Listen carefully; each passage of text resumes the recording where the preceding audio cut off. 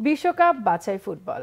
দক্ষিণ আমেরিকার বিশ্বকাপ বাছাই পর্বে আগামী 2 ম্যাচের জন্য ঘোষিত আর্জেন্টিনা দলে বদল আনতে হচ্ছে কোচ লিওনেল স্কালোনিকে। উরুতে চোট পেয়ে ছিটকে গেছে ফরোয়ার্ড নিকোলাস গনসালেস। ভেনেজুয়েলা ও বলিভিয়ার বিপক্ষে ম্যাচের জন্য গত বুধবার 27 সদস্যের দল ঘোষণা করেন আর্জেন্টিনার কোচ লিওনেল স্কালিনো। এর কয়েক ঘন্টার মধ্যেই চোট পান জুভেন্টাসের নিকোলাস গনসালেস। ওই দিনই চ্যাম্পিয়ন্স লিগে লাইপজিগের বিপক্ষে জুভেন্টাসের 3-2 গোলে জেতা ম্যাচের 10 মিনিটের মধ্যে পায়ে অস্বস্তি বোধ করেন 26 বছরের আর্জেন্টাইন ফরোয়ার্ড। মাঠে কিছুক্ষণ চিকিৎসা দেওয়ার পর তাকে তুলে নেন কোচ। পরদিন ক্লাবের দেওয়া বিবৃতিতে তার ডান পায়ের উরুতে চোটের বিষয়টি নিশ্চিত করে ইতালিয়ান সিরিয়া লিগের জায়ান্ট ক্লাবটি।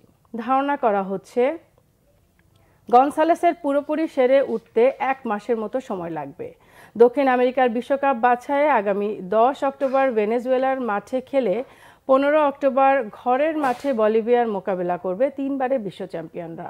10 দলের বাছাই পর্বে 8 ম্যাচে 6 জয়ে 18 পয়েন্ট নিয়ে শীর্ষে আছে আর্জেন্টিনা। সমান খেলায় 10 পয়েন্ট নিয়ে ভেনেজুয়েলা 6 এবং 9 পয়েন্ট নিয়ে বলিভিয়া 8-এ রয়েছে।